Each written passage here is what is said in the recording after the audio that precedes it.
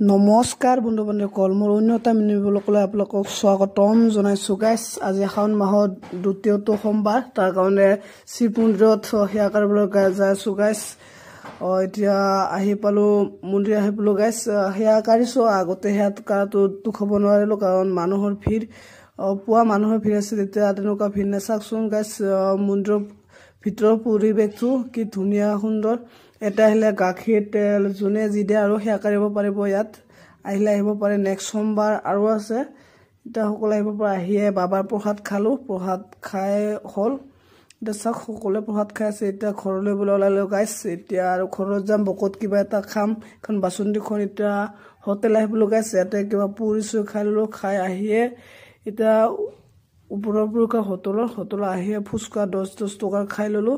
খাই লৈ এতিয়া গাইছ লাহে ধীৰে ঘৰলৈ বুলি